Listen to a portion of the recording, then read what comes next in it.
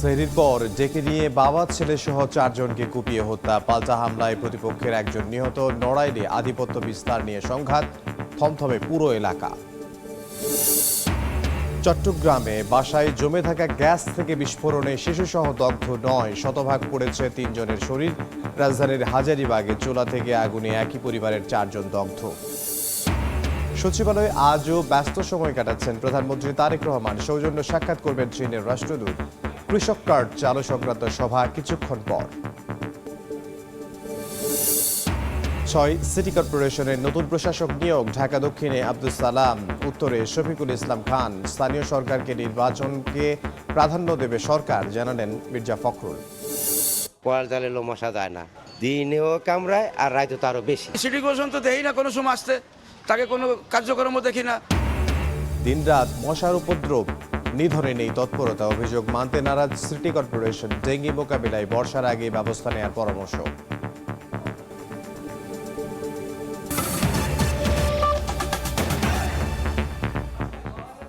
সময় সংবাদের সঙ্গে আছে আমি ইমদাদুল হক।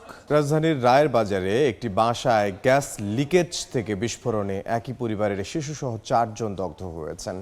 গতরাত 3:45টার দিকে ঘটনা ঘটে। পরে দগ্ধদের উদ্ধার করে জাতীয় বার্ন ও প্লাস্টিক সার্জারি ইনস্টিটিউটে ভর্তি করা হয়। প্রত্যক্ষদর্শীরা জানান, সেহরির সময় গ্যাসের চুলা জ্বালাতে গিয়ে হঠাৎ বিকট শব্দে বিস্ফোরিত হয়। গ্যাসের লিকেজ থেকে বিস্ফোরণের পর আগুন লেগে যায়। এতে দগ্ধ হন মোহাম্মদ রোমান এবং পিঙ্কি আক্তার এবং তাদের ছেলে মায়ান এবং রোমানের শ্যালক অপু।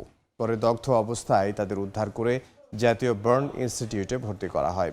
জাতীয় বার্ন ও প্লাস্টিক সার্জারি ইনস্টিটিউটের আবাসিক চিকিৎসক জানান, মোহাম্মদ রোমানের 25% দগ্ধ, তার স্ত্রী পিঙ্কি আক্তারের 75%, ছেলে মায়ানের 24% ও তার শ্যালক অপু 7% দগ্ধ হয়েছেন।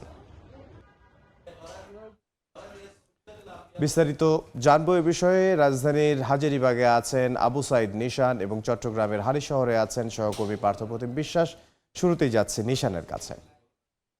লিকেজ থেকে দগ্ধ হয়েছেন এবং দগ্ধদের কিন্তু জাতীয় বার্ন ইনস্টিটিউটে নেওয়া হয়েছে এবং আমরা এখানে এসে যেটা দেখতে পেরেছিলাম যে সেহরির সময় যখন আগুন লাগাইতে যায় গ্যাসের লাইনে, তখনই আসলে এই বিস্ফোরণের ঘটনাটি ঘটে এবং সেই বিস্ফোরণে আমরা দেখতে পাই যে এই ভবনের দেয়াল ভেঙে পড়ে এবং এখানে যে দেয়ালের গেট ছিল পাশে, সেই গেটও কিন্তু ভেঙে পড়ে এবং সেই গেট ভেঙে পড়ার জায়গা থেকে আমরা এখানে স্থানীয়দের সাথে কথা বলে যেটা জানতে পেরেছি, এই 4 জন গুরুতরভাবে দগ্ধ হয়েছেন এবং এর মধ্যে পিঙ্কি আক্তার তিনি 75% দগ্ধ হয়েছেন বলে আমরা জানতে পেরেছি এবং তার স্বামী শেখ রোমান, তিনি 35 বছর বয়সী, তিনিও প্রায় 70% দগ্ধ হয়েছেন বলে আমরা জানতে পেরেছি এবং তার একটি ছেলে 3 বছর বয়সী, সে কিন্তু প্রায় 25% দগ্ধ হয়েছেন এবং শ্যালক অপু তিনি আসলে 24% দগ্ধ হয়েছেন বলে আমরা জানতে পেরেছি।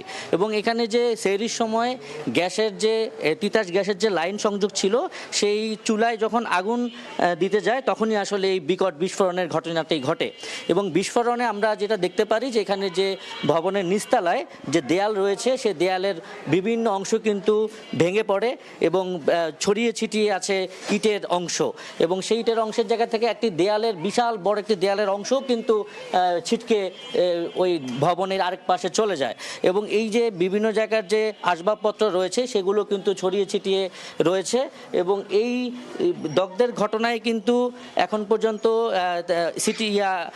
পর্যন্ত কিন্তু আমরা যেটা জানতে পেরেছি যে ফায়ার সার্ভিস এবং থানা পুলিশ তারা কিন্তু এসে পরিদর্শন করে গিয়েছেন এবং আমরা যে চুলা দেখেছি এবং যে গ্যাসের যে চুলা রয়েছে সেটি কিন্তু আমরা জানতে পেরেছি যে এটি কিন্তু তিতাস গ্যাসের লাইন সংযোগ। তো তিতাস গ্যাসের লাইন সংযোগ থেকেই কিন্তু এই গ্যাসের বিস্ফোরণ ঘটে এবং আমরা এখন আমাদের পার্থপ্রতিম বিশ্বাসের সহকর্মী আছেন, তার কাছে চলে যাব। চট্টগ্রামের হালিশহরে হালিমা মঞ্জিলের তৃতীয় তলায় আজকে ভোর রাতে কিন্তু ভয়াবহ বিস্ফোরণের ঘটনা ঘটে। সেই বিস্ফোরণে কিন্তু একই পরিবারের 9 জন অগ্নিদগ্ধ হয়েছে। তাদেরকে চট্টগ্রাম মেডিকেল কলেজ হাসপাতালের বার্ন ইউনিটে কিন্তু চিকিৎসাধীন অবস্থায় তারা রয়েছে। এবং আমরা যে ঘরটির সামনে এখন দাঁড়িয়ে আছি, এই ঘরটি মূলত বিস্ফোরণ হয়েছিল। এই ঘরটিতেই সাখাওয়াত সাহেব সহ তার ভাইয়ের পরিবারের মোট 9 সদস্যরা এখানে ছিলেন। এবং আপনারা দেখতে পাচ্ছেন আমাদের ক্যামেরায় আসলে পুরো ঘরটির কি ভয়াবহ অবস্থা। পুরো ঘরটি কিন্তু বিস্ফোরণে একদম পুরোপুরি পুড়ে গেছে সেটি কিন্তু বলা যায়। এবং এই পাশের যে ঘরগুলো রয়েছে সেই ঘরগুলোরও কিন্তু একই রকম ভয়াবহ অবস্থা। কাচের যে দরজাগুলো ছিল সবগুলোই কিন্তু ভেঙে গেছে। আরেকটি বিষয় হচ্ছে এই হালিমা মঞ্জিলের যে লিফটটি রয়েছে, একটি খবর ছড়িয়ে গেছে যে লিফট থেকে বিস্ফোরণের ঘটনা ঘটেছে, সেটি সত্য নয়।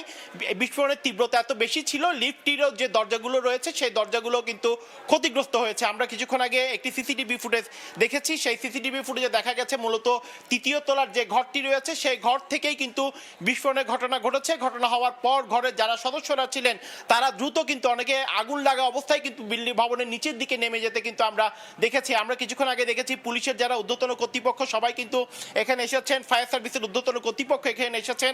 আসলে কি কারণে এখানে আসলে ঘটনাটি ঘটেছে সেই বিষয়টি কিন্তু তারা তদন্ত করে দেখছেন। তবে আমরা যেটি ফায়ার সার্ভিসের সাথে কথা বলে বা এখানকার ঘরের মানুষ বা আশেপাশে মানুষের সাথে কথা বলে যেটি জেনেছি বা বুঝতে পেরেছি সেটি হচ্ছে এখানে ঘরে জমে থাকা গ্যাস থেকেই হয়তো বিস্ফোরণের ঘটে থাকতে পারে। আসলে ফেরি করতে ওঠার পর হয়তো অসাবধানতা বশত এখানে চুলার লাইনটি ছাড়া ছিল, সেই কারণে পুরো ঘরে হয়তো গ্যাস জমে গিয়েছিল। যখন এই মাসিস মারা হয়েছে তখনই হয়তো বিস্ফোরণের ঘটনাটি ঘটেছে, এমনটি হতে পারে, এমনটি আমাদেরকে জানিয়েছেন ফায়ার সার্ভিস। তারপর আমরা দেখছি পুলিশের পক্ষ থেকে এখানে কিন্তু অনুসন্ধান করা হচ্ছে, পুলিশের ঊর্ধ্বতন কর্তৃপক্ষ কিন্তু এখানে এসেছে। এবং এই ঘটনায় যারা আসলে অগ্নিদগ্ধ বিশেষ করে 9 জন সদস্য তারা সবারই অবস্থা কিন্তু আশঙ্কাজনক। বিশেষ করে 3 শিশু সহ 3 জন শতাধিক বার্ন রয়েছে এবং ডাক্তাররা বলছেন তাদেরকে উন্নত চিকিৎসার জন্য আসলে ঢাকায় পাঠানো হবে। তো এই ছিল আমার কাছে এখনো পর্যন্ত চট্টগ্রামের হালিশহর হালিমা মঞ্জিল থেকে এখানকার সর্বশেষ খবর। চট্টগ্রামের হালিশহর থেকে সহকর্মী পার্থপ্রতিম বিশ্বাস এবং এর আগে রাজধানী থেকে যোগ দিয়েছিলেন আবু সাইদ নিশান। আজও সচিবালয়ে অফিস করছেন প্রধানমন্ত্রী তারেক রহমান। চীনের রাষ্ট্রদূতের সঙ্গে সৌজন্য সাক্ষাৎ, কৃষক কার্ড চালু সংক্রান্ত সভা সহ বেশ কয়েকটি গুরুত্বপূর্ণ কর্মসূচিতে ব্যস্ত সময় পার করছেন তিনি।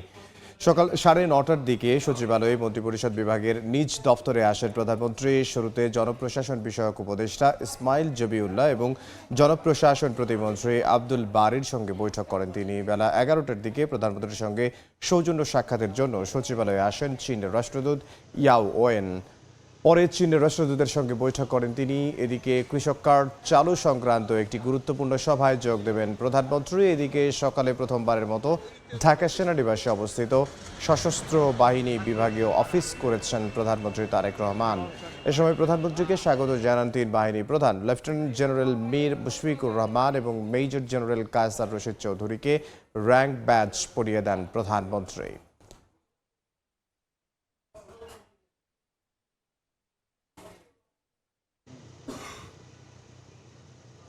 এই মুহূর্তে সচিবালয় থেকে সরাসরি যুক্ত হচ্ছেন সহকর্মী সাব্বির রূপল। প্রথমবারের মতো প্রধানমন্ত্রী তারেক রহমান সশস্ত্র বাহিনী বিভাগে অফিস করলেন এবং সকালবেলা তিনি 2 জন সেনা অফিসারকে র্যাঙ্ক ব্যাচ পরিয়েছেন এবং সেখানে তাদের সঙ্গে কুশল বিনিময় করেছেন।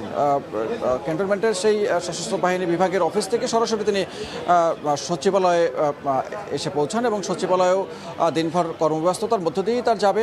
সকালবেলা শুরু করেছেন এখানে চীনা রাষ্ট্রদূত, তার সঙ্গে বৈঠক করবেন। বৈঠক করার শেষ হয়েছে এবং তারপরে তিনি এর কৃষি কার্ড নিয়ে আজকে মন্ত্রিসভার সবাইকে নিয়ে বসবেন এবং কৃষি কার্ড জানেন যে ত্রয়োদশ জাতীয় সংসদ নির্বাচনে বিএনপির ইশতেহারের একটি অন্যতম ট্রাম্প কার্ড হিসেবে প্রচারণায় ব্যবহৃত হয়েছিল এবং কিছুদিন আগে শুরুতেই তিনি ফ্যামিলি কার্ডের দিকে নজর দিয়েছিলেন, তারপরে এখন তিনি কৃষি কার্ড কীভাবে করা যায় সে বিষয় নিয়ে আজকে আলাপ আলোচনা করবেন।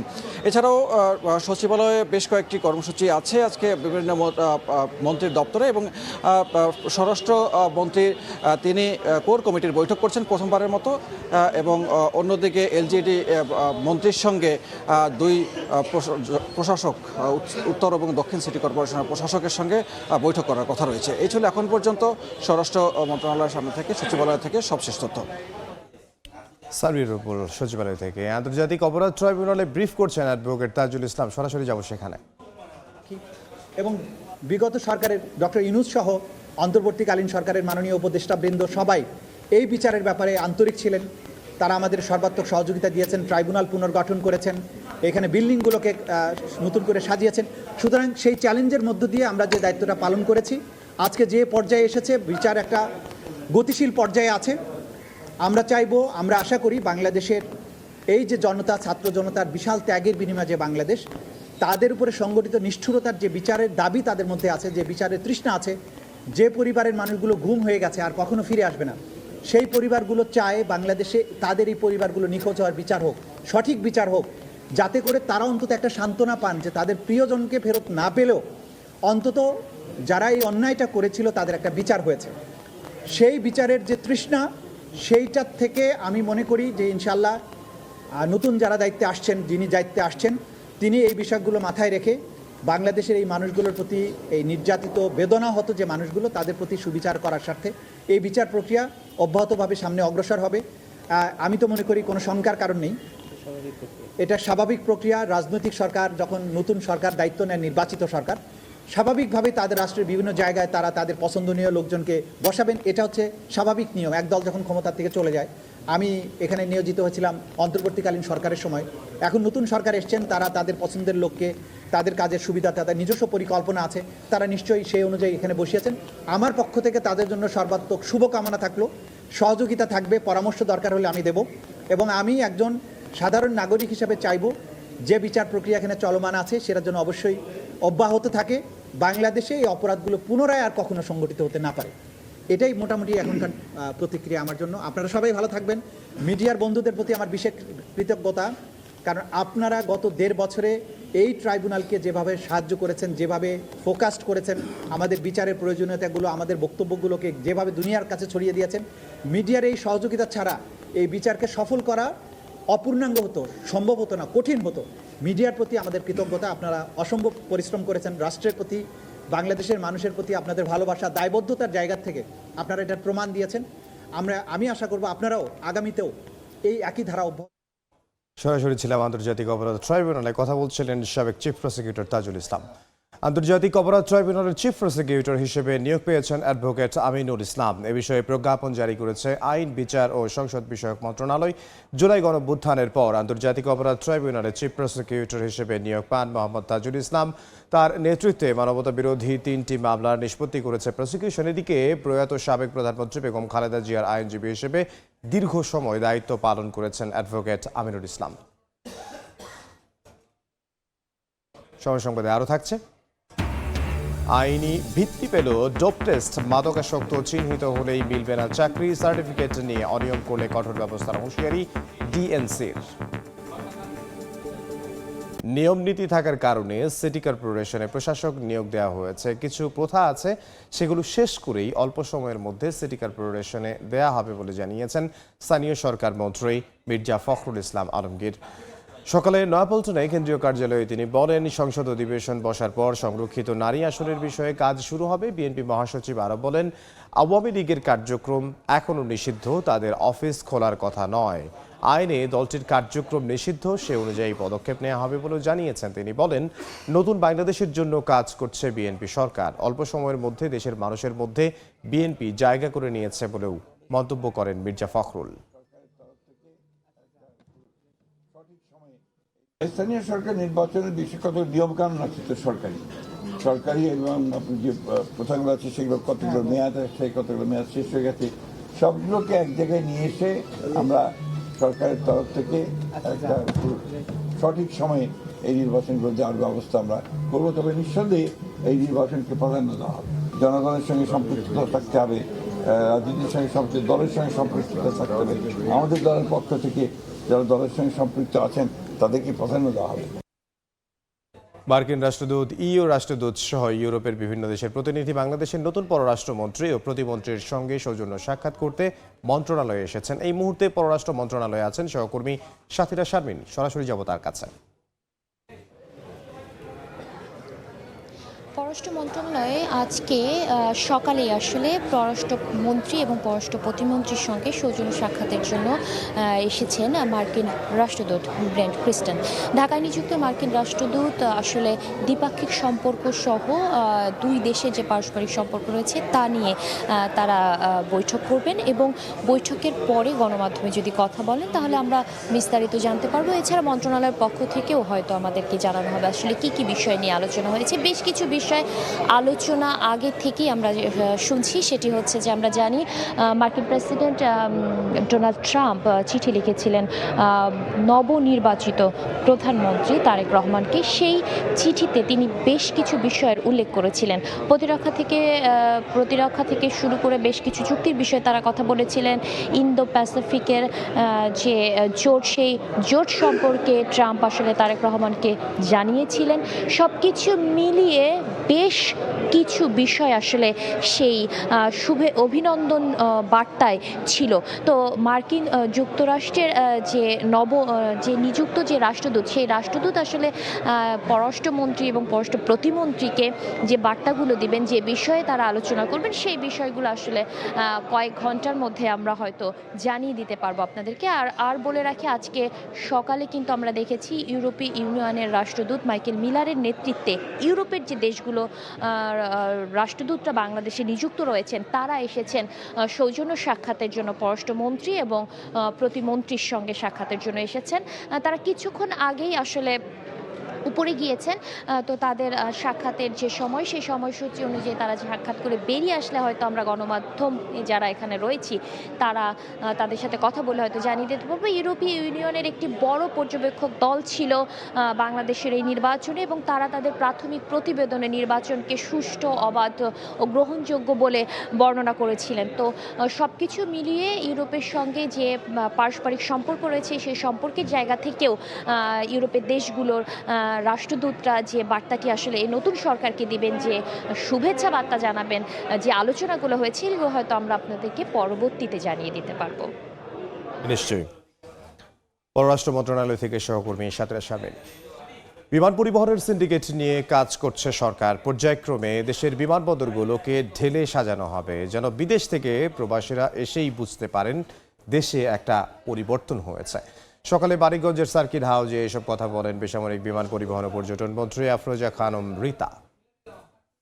যাত্রীদের যাতে কোনো অসুবিধা না হয়, এটা একটা সেকেন্ড কাজ। এটা আরেকটা আমরা চাচ্ছি প্রবাসী যারা আছে তারা যেন কমফোর্ট জোনে থাকে, তারা যেন এয়ারপোর্টে নেমে যেন মনে করে যে না একটা পরিবর্তন এসেছে। এই জিনিসটা আমাদের এই ব্যাপারে অনেক কাজ আছে। টিকেটিং সিন্ডিকেট তো একটা বিরাট সিন্ডিকেট, এটাকে নিয়ে আমরা কাজ করছি। রাজধানীতে হঠাৎ বেড়েছে মশার উৎপাত। সিটি কর্পোরেশন এলাকায় রাত দিন জনজীবন অতিষ্ঠ করে তুলেছে মশা। মশক নিধনে তৎপরতা নেই বলে অভিযোগ নাগরিকদের, তবে সিটি কর্পোরেশন বলছে নিয়মিত কার্যক্রম চলছে। কিউলেক্স নিধনের পাশাপাশি ডেঙ্গি মোকাবিলায় বর্ষার আগেই ব্যবস্থা নেওয়ার পরামর্শ বিশেষজ্ঞদের। শিবুল হোসেনের প্রতিবেদন। রাজধানীতে হঠাৎ করেই বেড়েছে মশার উপদ্রব। রাতের বেলায় তো বটেই, দিনের বেলায়ও মশার আনাগোনা দেখা যাচ্ছে। ড্রেন, নির্মাণাধীন ভবন কিংবা বাসাবাড়ির আশপাশে জমে থাকা পানিতে দেখা মিলছে লার্ভার। শীত পুরো শেষ না হতেই এমন চিত্র ভাবাচ্ছে নগরবাসীকে। ডেঙ্গু মশায় যে একজন লোক মারাও গেছে, কয়াল জালে মশা যায় না, দিনেও কামড়ায় আর রাতে তো আরো বেশি। বেলা ভাটি গেলে সেই মশা জিয়ালি বসে থাকে গ্যারেজে, মনে হচ্ছে যে শয়ে শয়ে মশা ঘুরে কামড়ায়। মানে এত জন্মায় যা বলার মতন না। আর এই সিটি কর্পোরেশন তো দেখি না কোনো সময় আসতে, তাকে কোনো কার্যক্রম দেখি না, কোনো পরিষ্কারও করে না, কোনো লোক আয় না, আয় মাঝে সাঝে একটু ছবি টবি তুলে নিয়ে চলে যায়। বিশেষজ্ঞরা বলছেন আবর্জনা ব্যবস্থাপনা, তাপমাত্রা ওঠানামা, জমে থাকা পানি মশা বৃদ্ধির কারণ হতে পারে। তবে বর্ষা মৌসুম সামনে রেখে ডেঙ্গু মোকাবিলায় এখন থেকেই প্রস্তুত থাকার পরামর্শ বিশেষজ্ঞর। এখন যে মশাটি আমরা দেখতে পাচ্ছি সেটি হচ্ছে কিউলেক্স মশা। এই মশাটি ডেঙ্গু ছড়ায় না। ডেঙ্গুকে নিয়ন্ত্রণ যদি আমরা করতে চাই তাহলে মে বা জুন বা এপ্রিল মাস থেকেই আমাদের ডেঙ্গু নিয়ন্ত্রণ ব্যবস্থাটাকে জোরদার করতে হবে। তাহলে এবছর ডেঙ্গুর প্রকোপটাকে আমরা সঠিকভাবে মোকাবেলা করতে পারবো। মশার উপদ্রব থেকে রেহাই পেতে ডোবা নালা পরিষ্কার করা, লার্ভা ধ্বংস, এলাকাভিত্তিক ফগিং, লিফলেট বিতরণ কার্যক্রম পরিচালনা করছে সিটি কর্পোরেশন। ডেঙ্গুর আক্রমণ সামলাতে এখনও কোনো প্রস্তুতি নেয়নি কর্পোরেশন। তবে শিগগিরই কিউলেক্স মশার তীব্রতা কমবে বলে আশ্বস্ত করছেন উত্তর সিটি কর্পোরেশনের প্রধান স্বাস্থ্য কর্মকর্তা। আমাদের এখন কিউলেক্সটা হচ্ছে আমাদের সবচেয়ে বড়, দুইটার ক্ষেত্র পুরো আলাদা, দুইটার মেথোডোলজি আলাদা, দুইটার অ্যাকশন প্ল্যান আলাদা। একটা হচ্ছে আমাদের যে বসবাসের যে জায়গাগুলো আছে বাসা বাড়ি সেইটা কেন্দ্রিক, আর এখন আমরা কাজ করছি হলো ড্রেন, নালা, নর্দমা, ডোবা, খোলা ম্যানহোল, আবর্জনা রিমুভ করা। এই বেসিসে যারা আশেপাশের বাসিন্দা আছেন তারা 5 থেকে 7 দিনের মধ্যে বুঝতে পারবেন যে মশার উপদ্রবটা কমেছে। বিশেষজ্ঞদের মতে শুধু ফগিং নয়, মশার উৎসস্থল ধ্বংস এবং নাগরিক সচেতনতাই হতে পারে কার্যকর সমাধান। শিমুল হোসেন, সময় সংবাদ, ঢাকা। এবার বাণিজ্যের সংবাদ।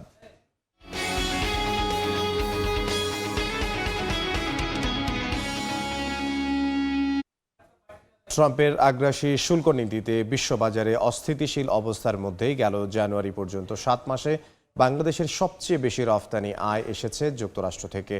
বছর ব্যবধানে দেশটির বাজারে এই আয় বেড়েছে 1.5% বেশি, যদিও রফতানি আয়ে দ্বিতীয় অবস্থানে থাকা জার্মানির বাজারে কমেছে 10% বেশি। গত বছরের এপ্রিলে বিশ্বের বিভিন্ন দেশের পণ্যে বাড়তি শুল্ক আরোপের ঘোষণা দেন মার্কিন প্রেসিডেন্ট ডোনাল্ড ট্রাম্প। শুল্ক নিয়ে শঙ্কায় থাকার পরও 2025-26 অর্থ বছরের প্রথম 7 মাসে যুক্তরাষ্ট্রের বাজারে বেড়েছে বাংলাদেশের রফতানি আয়। 2025-26 অর্থ বছরে জুলাই থেকে জানুয়ারি পর্যন্ত যুক্তরাষ্ট্রের বাজারে রফতানি আয় হয়েছে $521 কোটি 63 লাখ। 2024-25 অর্থ বছরের একই সময়ে যার পরিমাণ ছিল $513 কোটি 23 লাখ। অর্থাৎ গত অর্থ বছরের তুলনায় যুক্তরাষ্ট্রের বাজারে বাংলাদেশি পণ্যের রফতানি আয় 1.5% বেশি বেড়েছে। বিপরীত অবস্থা রফতানি আয়ে দ্বিতীয় অবস্থানে থাকা জার্মানিতে। চলতি অর্থ বছরের প্রথম 7 মাসে জার্মানি থেকে রফতানি আয় কমেছে 10% বেশি। 2024-25 অর্থ বছরের জুলাই থেকে জানুয়ারি পর্যন্ত $318 কোটি 16 লাখ আয় হলেও চলতি অর্থ বছরের একই সময়ে তার পরিমাণ $285 কোটি 22 লাখ। এদিকে সবচেয়ে বেশি বৈদেশিক মুদ্রা আয় করা পোশাক খাতে যুক্তরাষ্ট্রের বাজার থেকে চলতি অর্থ বছরের প্রথম 6 মাসে রফতানি আয় 0.1% কমেছে। জিনাতারা জশোয়া, সময় সংবাদ। সরকারি, আধা সরকারি, স্থানীয় সরকার ও স্বায়ত্তশাসিত প্রতিষ্ঠানে চাকরির ক্ষেত্রে মাদকাসক্তি নির্ণয় পরীক্ষা বা ডোপ টেস্ট বাধ্যতামূলক করেছে সরকার।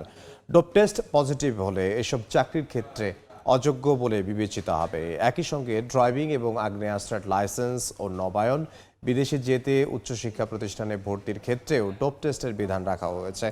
ডিএনসি বলছে ডোপ টেস্ট আইনি ভিত্তি পাওয়ায় চাকরির ভয়ে হলেও মাদক থেকে দূরে থাকবেন অনেকে। এতে দেশে কমে আসবে মাদকাসক্তির সংখ্যা। মাসুদুর রহমানের রিপোর্ট।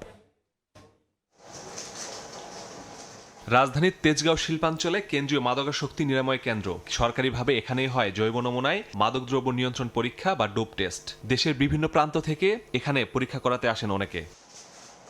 মাদকমুক্ত দেশ গড়ার প্রয়াস হিসেবে 2018 সাল থেকেই সরকারি চাকরিসহ বিভিন্ন ক্ষেত্রে ডোপ টেস্টের নির্দেশনা থাকলেও ছিল না কোনো বিধিমালা। শুরু থেকেই বিধিমালা চালুর জন্য কাজ করছিল মাদকদ্রব্য নিয়ন্ত্রণ অধিদপ্তর ডিএনসি। অবশেষে 8 বছর পর ডোপ টেস্ট বিধিমালা 2026 জারির মাধ্যমে আইনি ভিত্তি পেল জনগুরুত্বপূর্ণ এই পরীক্ষা। এটা আমরা চাই সব সময়ের জন্য জানি এটা কঠোরভাবে হস্তক্ষেপ করে, জানি মাদকাসক্ত জানি লাইসেন্স না পায়। এটা যেহেতু চালু হয়েছে তাহলে মাদকাসক্ত অনেক কমে যাবে। বিধিমালায় বলা হয়েছে সরকারি, আধা সরকারি, স্থানীয় সরকার, স্বায়ত্তশাসিত ও বেসরকারি প্রতিষ্ঠানের চাকরির নিয়োগে ডোপ টেস্ট প্রযোজ্য হবে। এসব প্রতিষ্ঠানে কেউ মাদক গ্রহণ করেন বা প্রাথমিকভাবে সন্দেহ হলে ডোপ টেস্ট করা যাবে। বিভিন্ন যানবাহন চালানোর লাইসেন্স দেওয়া ও নবায়নের ক্ষেত্রে, বিদেশে যেতে ইচ্ছুক কর্মীদের ক্ষেত্রে, উচ্চ শিক্ষা প্রতিষ্ঠানের শিক্ষার্থীদের মধ্যেও কারো বিরুদ্ধে মাদক সেবনের অভিযোগ বা সন্দেহ হলে ডোপ টেস্ট করার বিধান রাখা হয়েছে।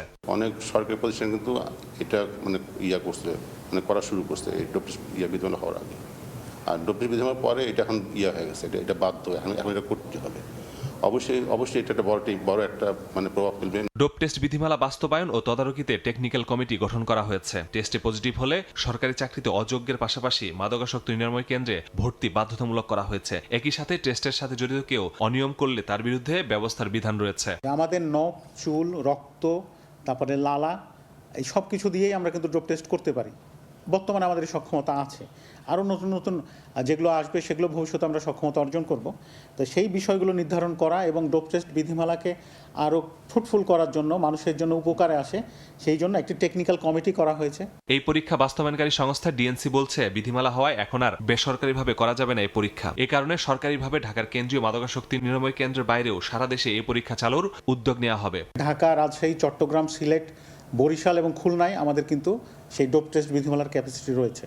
আমাদের সেখানে জনবল রয়েছে। আমরা আরও জনবল ক্রিয়েট করার চেষ্টা করছি যেন মানুষের একদম গ্রাসরুট পর্যায়ে, বিভাগীয় পর্যায়ে আমরা ডোপ টেস্ট বিধিমালা ছড়িয়ে দিতে পারি। বিধিমালাটা সব জায়গায় সুষ্ঠুভাবে প্রয়োগ করতে সক্ষম হব প্রাতিষ্ঠানিকভাবে, তখন দেখা যাবে যে মাদক গ্রহণের প্রবণতা এমনি কমে গেছে। বিধিমালা জারির পাশাপাশি এটি সব পর্যায়ে ছড়িয়ে দিতে সচেতনতামূলক কার্যক্রম হাতে নিয়েছে ডিএনসি।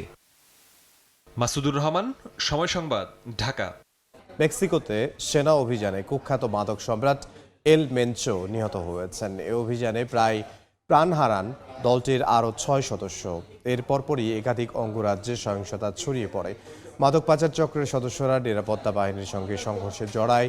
বিভিন্ন ব্যবসা প্রতিষ্ঠানে ভাঙচুর ও যানবাহনে আগুন দেওয়া হয়। এ সময় 3 সেনা আহত হন, যদিও বেশিরভাগ স্থানে পরিস্থিতি স্বাভাবিক আছে বলে দাবি করেছেন দেশটির প্রেসিডেন্ট।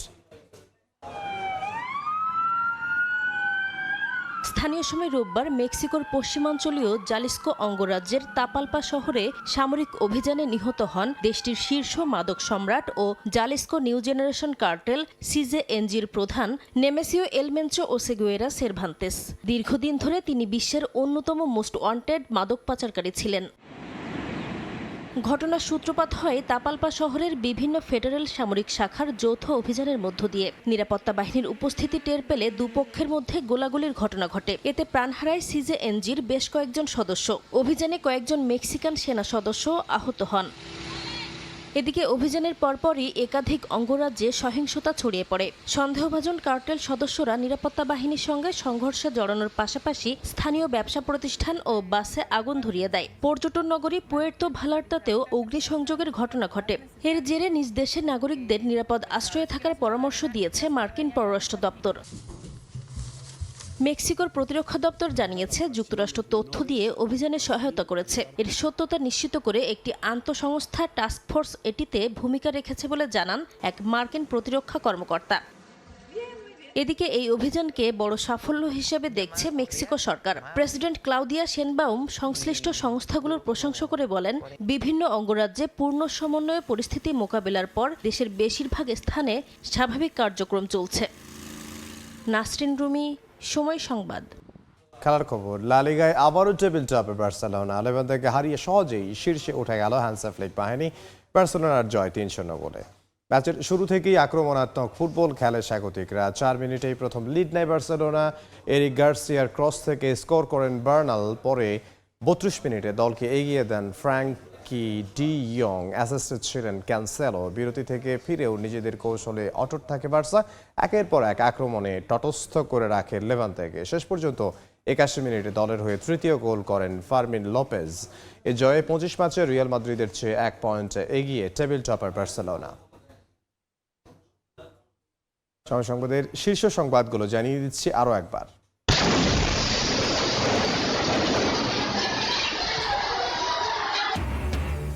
চট্টগ্রামে বাসায় জমে থাকা গ্যাস থেকে বিস্ফোরণে শিশুসহ দগ্ধ 9, শতভাগ পড়েছে 3 জনের শরীর। রাজধানীর হাজারীবাগে চুলা থেকে আগুনে একই পরিবারের 4 জন দগ্ধ। সেহরির পর ডেকে নিয়ে বাবা ছেলে সহ 4 জনকে কুপিয়ে হত্যা। পাল্টা হামলায় প্রতিপক্ষের 1 জন নিহত। নড়াইলে আধিপত্য বিস্তার নিয়ে সংঘাত, থমথমে পুরো এলাকা। প্রথমবার সশস্ত্র বাহিনী বিভাগে অফিস করলেন প্রধানমন্ত্রী। সচিবালয়ে তারেক রহমানের সঙ্গে চীনা রাষ্ট্রদূতের সৌজন্য সাক্ষাৎ। কৃষক কার্ড চালু সংক্রান্ত সভা কিছুক্ষণ পর।